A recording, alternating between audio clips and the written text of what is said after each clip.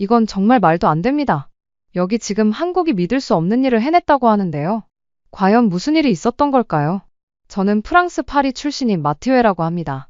저는 유럽 소재 IT 기업의 중간 관리자 자리에서 일하며 기술 분야의 글로벌 무상 지원 프로젝트를 기획 중이었습니다. 그렇게 프로젝트를 기획하기 위한 회의를 진행하던 도중 제 중국인 동료 지아오는 단호하게 말했습니다. 한국? 그 나라는 원래부터 미국과 일본의 기술에 기대 성장했잖아요. 그런데 이제는 그 기술을 절대 다른 나라에 나누지 않죠. 제가 아는 개발도상국들 중에서도 한국 도움받았다는 이야긴 들어본 적 없습니다. 지아오의 이 말은 마치 단정적인 판결처럼 들렸습니다. 그 말에 많은 동료들이 고개를 갸웃거렸습니다. 저 역시 속으로는 고개를 끄덕이고 있었어요. 그래, 한국이 선진국 반열에 올랐다고는 하지만 솔직히 아직 유럽처럼 전방위적으로 나누고 베푸는 국가는 아니지. 저는 그렇게 생각하고 있었지요. 그러던 중 그 회의에 참석한 유럽 지사 소속의 독일인 동료 엘레나가 조용히 손을 들었습니다. 엘레나는 평소 말수가 적고 분석 중심으로 업무를 처리하는 스타일이었습니다. 그런 그녀가 직접 손을 들고 입을 열자 회의실의 모든 시선이 그쪽으로 쏠렸습니다. 실례합니다. 그런데 제가 며칠 전 확인한 한국 관련 자료를 보고 너무 놀라서 혹시 다들 한국이 실제로 어떤 분야에서 어떤 방식으로 기술을 공유하고 있는지 구체적인 수치를 보신 적 있으신가요? 그녀의 말투는 조용했지만 말의 무게는 상당했습니다. 말씀드리기 전에 하나만 여쭤볼게요. 그녀는 고개를 살짝 들고 지아오를 바라보았습니다. 중국은 지난 10년간 아프리카나 중남미 국가의 무상 기술 이전 건수를 몇 건이나 진행했나요? 지아오가 말없이 입술을 다물었습니다. 그 틈을 타 엘레나는 망설임 없이 USB를 회의실 컴퓨터에 꽂고 슬라이드를 열었습니다. 조명이 약간 줄어들고 스크린에 첫 장이 펼쳐졌습니다. 그리고 엘레나의 차분한 목소리가 울려 퍼졌어요. 의료 분야부터 말씀드릴게요. 한국은 2010년부터 지난해까지 아시아와 아프리카 총 15개 국가의 원격 의료 컨설팅 시스템 전체를 무상으로 제공했습니다. 장비와 통신 환경, 플랫폼 개발부터 운영 인력 교육까지 포함된 포괄 패키지였죠. 이 시스템 덕분에 1천만 명 넘는 사람이 의료 서비스를 받았고, 이는 세계보건기구에서도 공식 인정됐습니다. 그녀는 잠시 숨을 고른 뒤 카메라 화면을 내려다보며 덧붙였습니다. 반면 중국은 어떻습니까? 중국이 내세우는 외교 정책은 1대1로를 통한 대규모 인프라 투자죠. 그러나 이 투자엔 반드시 채무가 따릅니다. 실제로 몇몇 아프리카 국가들은 중국의 과도한 차관 의존으로 위기에 처했다고 보고 있습니다. 빌려주고, 회수하고, 통제한다는 구조 속에서 의료 지원은 대부분 단발성 인도주의 기부 수준에 그치고 있습니다. 조용하던 방안이 술렁였습니다. 일부 유럽 동료들은 서로 눈빛을 교환했고, 중국 출신 동료 지아오는 눈을 내리뜬 채 마이크로 미세하게 떨리는 음성으로 중얼거렸어요. 엘레나는 그 순간을 놓치지 않고 다시 이어갔습니다. 에너지 분야로 넘어가겠습니다. 한국은 2015년부터 현재까지 지구촌 30여 개국의 태양광 및 스마트 그리드 시스템을 무상 기술 이전해왔습니다. UN 지속가능 개발 목표의 공식 보고서에 따르면 이 기술 지원 덕분에 지원 국가의 평균 전력 공급률이 12% 상승했고, 일부 전력 사정이 매우 열악했던 지역은 전력망 자체가 처음 생겨나기도 했죠. 그녀는 슬라이드를 천천히 넘겼습니다. 태양광 패널이 설치된 아프리카 마을, 스마트 그리드 제어실을 운영하는 현지 엔지니어들의 영상이 이어졌어요. 반면 중국은 어떻게 하고 있나요? 중국이 아프리카에 설치한 태양광 단지가 일시적으로는 현지 전력 문제에 도움이 됐습니다만 유지보수와 운영까지는 책임지지 않습니다. 일부 지역에서는 설비 고장이 발생해 다시 작동하지 않는 사례도 생겼고, 중국 측에서는 공식적으로 지원 책임 범위는 완료 시점까지라는 입장을 고수하고 있습니다. 결과적으로 수혜는 일시적이고 지속력은 약한 모양새입니다. 엘레나가 다음 슬라이드를 클릭하자 회의실 조명이 은은하게 낮아졌습니다. 그녀의 목소리는 차분했지만 발표 내용은 단연 압도적이었어요. 통신 분야로 넘어가겠습니다. 잘 아시다시피 한국은 세계 최초로 5세대 이동통신 5G를 상용화한 나라입니다. 그런데 이 기술이 단지 국내에 머문 것이 아닙니다.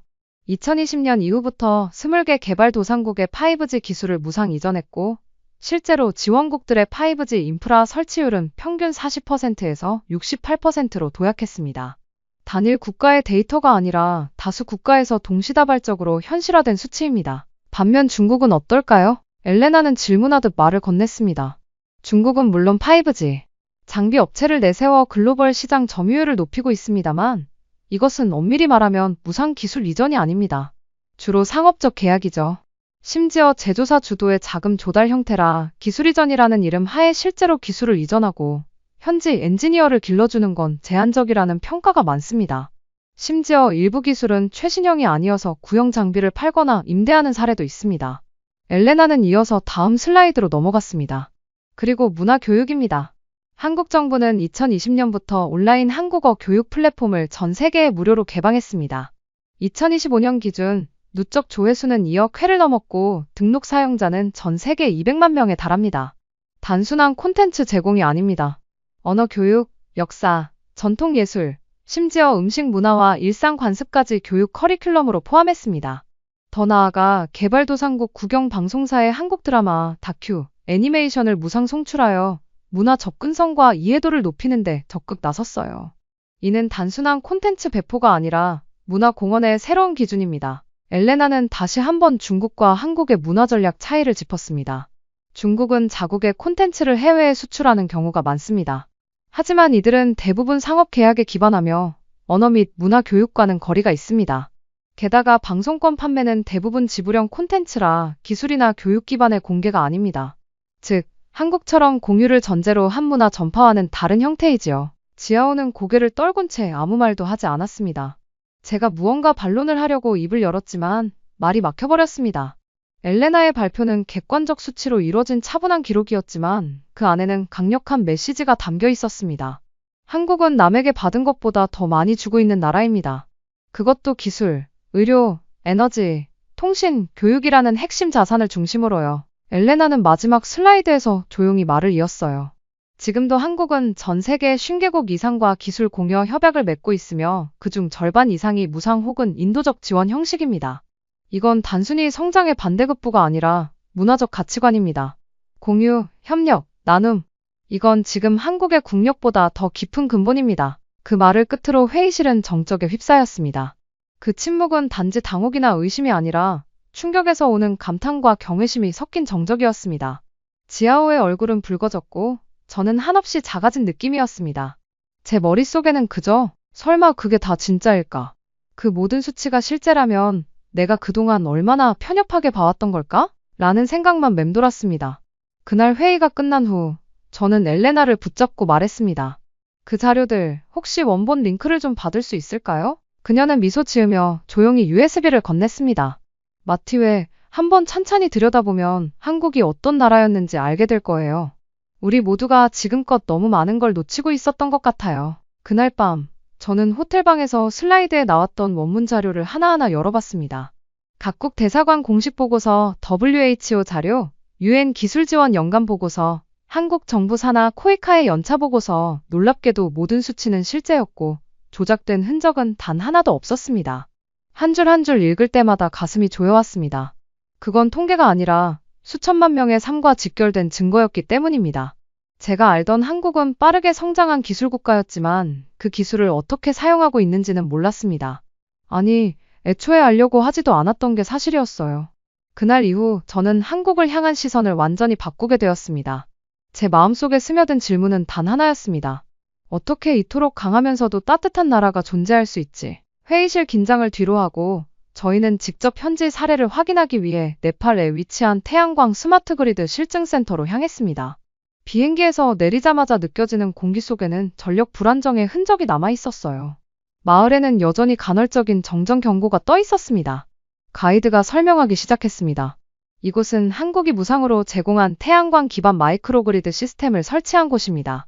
전체 설계와 유지보수 매뉴얼, 현지 기술자 교육이 모두 포함된 패키지지요. 중앙 제어 건물 안에 들어서자 한국 엔지니어와 현지 네팔 기술자가 모니터 앞에서 제어기를 조작하고 있었습니다. 화면에는 현재 출력 120kW, 공급 가구 1.8만 가구, 운영시간 23시간 47분이라는 수치가 실시간으로 돌아가고 있었어요. 한국 엔지니어는 웃으며 설명했습니다. 2016년 이미 설치됐지만 처음엔 기술 전달만 됐습니다.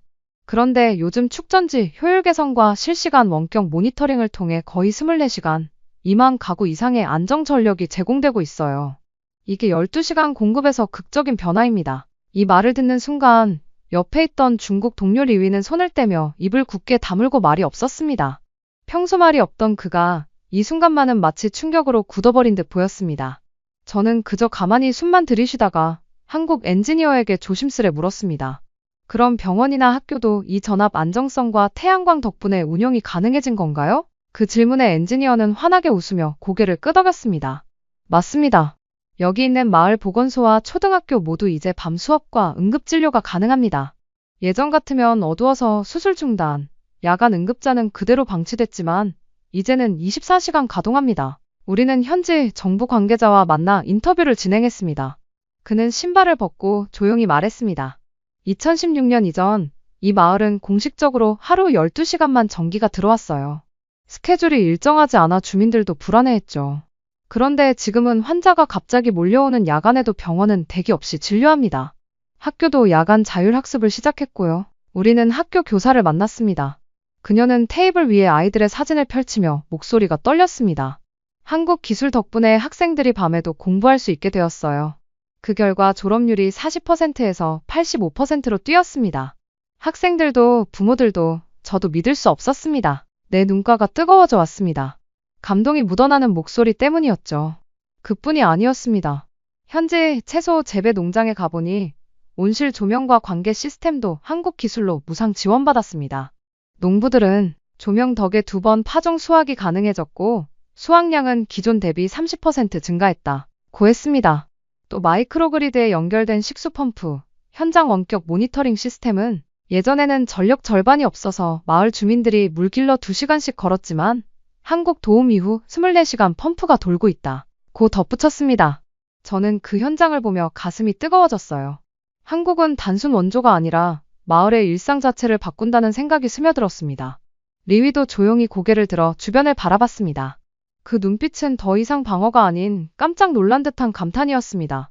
답사 마지막 날, 우리는 마을 회관에서 주민 감사식을 지켜봤습니다. 전통 무용, 콩쿠르, 만찬 등 축제 분위기의 현장 속에서 주민들은 한국 덕분에 우리 마을이 이렇게 다시 살았다며 눈물을 흘렸습니다. 그중 한 노인이 손을 들어 연설했습니다. 우리 아이들이 밤에도 공부하고 병원에서 응급치료를 받고 농장도 번창하고 있습니다. 모두 한국 기술 덕분입니다. 감사합니다. 전 공연장이 숙연해졌고 제 심장도 격하게 요동쳤습니다. 우리는 네팔에서의 태양광 스마트 그리드 경험을 뒤로하고 이번에는 중동 사막 한복판에 세워진 한국의 첨단 스마트팜 복합단지를 방문했습니다. 이미 낮 기온이 40도에 달하는 열악한 기후였지만 한국 기술이 만들어낸 온실단지는 말 그대로 사막의 녹색 오아시스였습니다. 현장에 들어서자마자 자동 개폐식 온실의 유리문이 열리며 시원한 바람이 불어왔습니다. 기계음 하나 없는 정적 속에서 농작물이 일정한 줄을 이루고 자라고 있었지요. 한국 엔지니어가 설명했습니다. 이곳은 한국이 중동의 두 국가에 무상으로 이전한 원격 제어 스마트팜 단지입니다.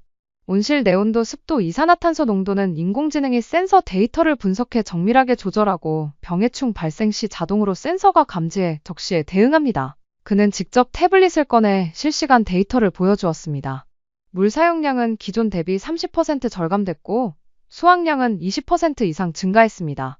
특히 이곳 토마토와 가지는 현지 평균보다 단위 면적당 15% 더 많은 생산량을 자랑합니다. 저는 태블릿 화면에 나타난 그래프와 수치를 보며 한국 기술의 힘이 식물이 자라는 숫자 하나하나에도 녹아 있음을 느꼈어요. 잠시 후 현지 농부 아흐메드 씨가 나타나 제게 다가왔습니다. 그는 이마에 땀을 털며 목소리를 떨려가며 말했습니다. 저희 농사는 사실 몇 년 전만 해도 가뭄과 병충해로 망할 지경이었어요. 수확은 해마다 줄어들었고 가족 모두 수입이 끊겼죠. 그런데 한국 기술이 도입된 뒤 정말 기적 같았습니다. 그의 목소리는 더 힘을 잃었고 눈가에는 눈물이 맺혔습니다. 한국 없었으면 저희 농장은 완전히 멈췄을 겁니다. 이 현장은 단지 농업기술 지원만을 넘어서는 이야기를 담고 있었습니다. 마치 기술이 아니라 생명 자체를 지원하는 장치처럼 느껴졌습니다. 한국 엔지니어는 덧붙였습니다. 우리는 기술 이식과 함께 현지 농업연구원, 대학교, 정부 기관과 협력해 지속 운영 가능한 생태계를 만들었어요. 예를 들면 스마트팜용 IoT 플랫폼 유지보수 교육, 현지 기술자들의 자격증 취득 과정, 수출 시장 개척을 위한 포장 및 검사 시스템 구축도 포함되어 있어요. 또 중요한 건 이 모든 게 무상으로 제공된 패키지라는 사실입니다. 장비도, 운영 인력 교육도, 유지보수 시스템 구축도, 현지 네트워크 구축까지 모두 한국 정부와 관련 기관의 예산으로 진행되었다고 합니다. 그 현장에서 저는 감정이 복잡해졌습니다. 이전에는 한국이 기술만 주고 끝내는 게 아닐까라고 의문을 품었는데 이곳은 전혀 달랐어요. 기술은 씨앗이며 한국은 그 씨앗이 싹을 틔우고 열매 맺을 수 있도록 토양을 조성하고 물 주고 돌봐주는 존재로 자리매김하고 있었습니다. 방문 막바지, 우리는 현지 농부 및 기술자들과 함께 간단한 기념 파티를 열었어요. 허브티와 날짜 과일을 나누며 농부들은 한국 기술로 얻은 수확물을 서로 비교하면서 웃었고 아이들은 스마트팜에서 자란 신선한 채소로 만든 샐러드를 맛보며 행복해했습니다. 그 장면은 단순한 기술 지원 현장이 아니라 문화와 삶의 질을 나누는 축제의 장처럼 다가왔습니다. 우리는 중동 답사를 마치고 이번에는 아프리카 오지 중 하나인 우간다 인근의 보건원 무장촌에 도착했습니다. 이곳은 한국이 무상으로 지원한 원격 진단 의료 시스템이 설치된 곳으로 수많은 생명을 이어주며 지역사회에 새로운 희망을 심고 있었어요. 먼저 마을 보건원으로 들어섰을 때 현장 의사 무수마 박사님이 우리를 반갑게 맞이해 주셨습니다. 그는 작은 진료실 안영상 장비 앞에 앉아 있었어요.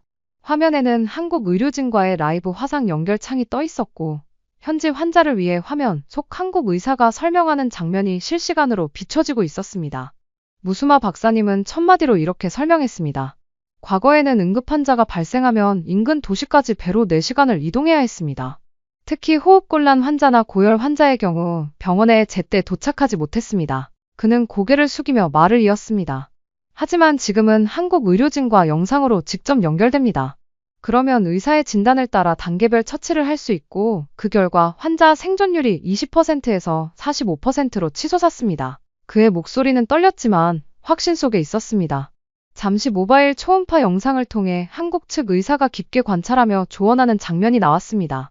한국 의사는 심박수와 호흡 상태가 안정적이니 천천히 산소를 주입하세요. 열이 계속된다면 이 약 용량을 늘리고 수액을 투여하세요. 라며 친절하지만 단호하게 현지 의료진에게 지시했습니다. 이 장면을 보던 유럽 동료 한 명이 숨을 죽이며 작게 말했습니다. 이건 정치적 효과를 노린 것이 아니라 사람의 목숨 자체를 근거로 한 진정한 공유입니다. 그 말이 마치 파문처럼 모두의 가슴을 울렸어요. 이어 여러 현지 환자 가족들의 증언도 들었습니다. 어린 자녀를 잃은 어머니는 눈물을 삼키며 말했습니다. 인공호흡기도 없던 우리 병원에서 한국 시스템 덕분에 제 아들이 목숨을 되찾았습니다. 또 다른 젊은 농부는 말뿐이든 실제 행동이든 이건 생명을 지키는 기술입니다. 한국 없었으면 저는 지금 이 자리에 없었을지도 모릅니다. 라고 증언했지요. 방 안의 공기는 단단한 고요로 가득했습니다. 그 고요 속에서 중국인 동료 지아오는 저도 모르게 목소리를 낮추었습니다. 말이 아니라 행동이다. 한국인은 정말 대단하다. 그의 눈에는 반성의 빛과 경외심이 공존하고 있었어요. 저 역시 그 순간 말을 잇기 힘들었습니다. 제가 한국에 우려했던 것만 번지르르한 기술 자랑이 아니라 현장에서 생명 그 자체를 구하는 기술, 그리고 그 기술이 함께 교육되고 현지 의료진과 협력하며 작동되는 과정. 이건 통계 뒤 숫자가 아니라 진짜 사람들의 삶 그 자체였습니다. 한밤, 우리는 병원 옆 허름한 담장 앞에서 캠프파이어처럼 모였습니다. 불빛 아래에서 각자 느낀 점을 나누며 그 자리에 있던 모두의 눈가엔 희망과 감동이 어렸다 지워졌다 했습니다. 유럽 동료는 저는 앞으로 이 사례를 유럽 의학학회 세미나에서 발표하겠습니다. 이건 기술의 힘에 대한 증거이며 나아가 인류의 증언이에요. 라고 약속했죠. 그날 밤 꿈에서 저는 한국 의료진들과 함께 원격 진단 중인 또 다른 오지 마을을 떠올렸어요. 그리고 다짐했습니다. 이야기를 기록으로 남겨야 한다. 이게 진짜 한국이다. 사람을 위한 기술, 사람을 위한 나눔, 그 이상의 가치다. 제가 처음 지아오와 함께 한국의 해외 기술 지원에 대한 현장 답사를 떠난다고 했을 때 그는 아주 뚜렷한 반응을 보였습니다. 솔직히 말해서 한국이 뭘 그렇게 했다는 건 다 과장 아니야? 듣기 좋으라고 하는 말이지. 실제로 그 나라들이 뭘 얼마나 바뀌었겠어? 그의 목소리엔 의심이 묻어나 있었고 그의 표정엔 일종의 불편한 자부심도 섞여 있었습니다. 당시에는 저도 그 생각이 완전히 틀렸다고 반박할 수 없었지만 답사가 거듭될수록 그의 말은 점점 허공에 붕 뜨는 소리가 되어갔습니다. 우리는 동남아의 시골 마을에서 한국이 제공한 자동화 농업기술로 자립한 여성 협동조합을 보았고 인도 남부의 해안 마을에선 태풍 피해 이후 한국이 세운 복합재난 대응 센터에서 구조 훈련 중인 주민들과 마주쳤습니다. 그러나 진정한 전환점은 우리가 아프리카 중부의 한 국가에서 한국국제협력단이 운영하는 통합인프라 지원센터를 찾았을 때였어요. 그곳에서 우리는 명확한 수치를 들을 수 있었습니다. 센터장은 우리를 자료실로 데려가며 조용한 어조로 이렇게 말했습니다. 2023년 한 해 동안만 한국은 67개 개발도상국에 총 1100건 이상의 기술 물자 교육 패키지를 무상 제공했습니다. 여기에 포함된 프로그램은 농업, 보건, 에너지, 교육, 여성 자립, 기후 대응 등 총 12개 분야이고 이들 대부분이 수혜 지역의 자립률을 평균 2배 이상 향상시킨 것으로 나타났습니다. 그는 탁자 위에 펼쳐진 그래프를 가리켰습니다. 보건 분야를 보시죠. 한국이 구축한 원격 의료 시스템은 아프리카 대륙 내 7개국에서 1600만 명 이상이 혜택을 받고 응급대처 생존율은 평균 25%포인트 상승했습니다. 교육 분야는 더 눈부십니다. 무상으로 보급된 스마트 교육 플랫폼을 통해 문해율이 45%에서 78%로 오른 지역도 있습니다. 지아오는 그 숫자들을 멍하니 바라봤습니다. 예전 같으면 근거가 뭐냐, PR용이겠지 라며 반문했겠지만 그는 조용히 앉아 한참을 아무 말 없이 기록만 했습니다. 제가 그에게 슬쩍 물었습니다. 어때? 생각보다 많이 하지 않았어? 그는 고개를 들며 말했습니다. 생각보다? 이건 생각 이상이야. 그냥 다른 차원의 일이야. 며칠 후 우리는 아프리카 북부의 한수자원관리센터를 방문하게 되었어요. 한국은 이곳에 물 부족 해소용 지하수 탐지 기술, 재래식 펌프와 태양광 기반 정수 시스템을 무상 지원하고 있었습니다. 이 기술은 단순히 장비 하나로 끝나는 것이 아니라 기술자 양성 과정, 유지보수 교육, 지역 커뮤니티 리더십 훈련까지 포함된 통합 시스템이었어요. 지아오는 그 현장에서 물을 받으러 온 소녀가 이 정수 시설이 생기고 나서 엄마가 매일 아침 2시간씩 걷지 않아도 돼요. 엄마가 쉬고 웃어요. 라고 말하자 눈을 돌리며 입을 꾹 다물었습니다. 그는 다시 말했습니다. 한국이 이렇게까지 하고 있었던 줄 몰랐어. 우리는 경제력만 자랑했고 진심으로 뭘 나눈 적이 없었는데 그날 저녁 호텔에서 열린 간담회에서 지아오는 처음으로 팀원들 앞에서 자신의 생각을 길게 이야기했습니다. 처음에 나는 한국이 자화자찬한다고 생각했어. 국제 뉴스 몇 개 보고 가끔 행사하는 거 가지고 우리가 세계를 돕는다고 말하는 줄 알았어. 그런데 이건 달라? 진짜로 사람들의 삶을 바꾸고 있고 이걸 누구도 몰라. 아무도 모른다는 게 더 놀라워. 한국은 지금 이 순간에도 조용히 전 세계를 살리고 있는 나라야. 그리고 우리는 솔직히 아무것도 안 하고 있었던 거야. 그냥 비난하고 무역 통계 자랑하고 자기 이익만 챙긴 거지. 그의 목소리는 작았지만 방안을 메운 침묵은 무거웠습니다. 엘레나가 조용히 지금 내가 느낀 그 감정이 한국인들이 세계를 대하는 방식의 핵심이야. 겉으론 드러나지 않아도 삶의 밑바닥을 지탱해주는 사람들. 그게 한국이야. 라고 말하자 지아오는 아무 말 없이 고개를 끄덕였습니다. 답사 마지막 날, 우리는 모두가 한 줄씩 이번 여정을 마무리하는 발언을 했습니다. 지아오의 마지막 말이 아직도 기억에 남습니다. 나는 한국이 세상을 바꾸고 있다는 말을 이제 의심하지 않습니다. 한국은 중심입니다. 그리고 한국은 지금 이 순간에도 조용히 전 세계를 살리고 있어요. 나라는 커도 마음은 작았던 저 자신을 반성합니다. 그의 눈빛은 더 이상 의심이나 방어의 색이 아니었습니다. 그것은 존중과 감동, 그리고 자각의 빛이었습니다. 저는 그날 이후 한국이 정말 위대한 이유는 기술력도 성장률도 아닌 이런 사람들의 삶에 실제로 변화를 주고 있다는 것이라는 걸 확신하게 되었습니다. 그리고 저는 이 이야기를 세상에 반드시 알리겠다고 다짐했습니다. 왜냐하면 이 모든 것은 단 한 나라가 조용히 그러나 꾸준히 그리고 진심으로 만들어낸 변화였기 때문입니다. 그 나라의 이름은 바로 대한민국이었습니다. 이 사연을 들으니 다른 나라를 돕는 한국이 정말 자랑스럽다는 생각이 들었고 저도 다른 사람들을 도울 수 있는 사람이 되어야겠다는 생각이 들었습니다. 영상을 시청해주신 모든 분들에게 감동과 행운이 가득하시길 바라며 오늘도 시청해주셔서 정말 감사합니다. 구독을 눌러주시면 더 좋은 영상으로 보답해드리겠습니다.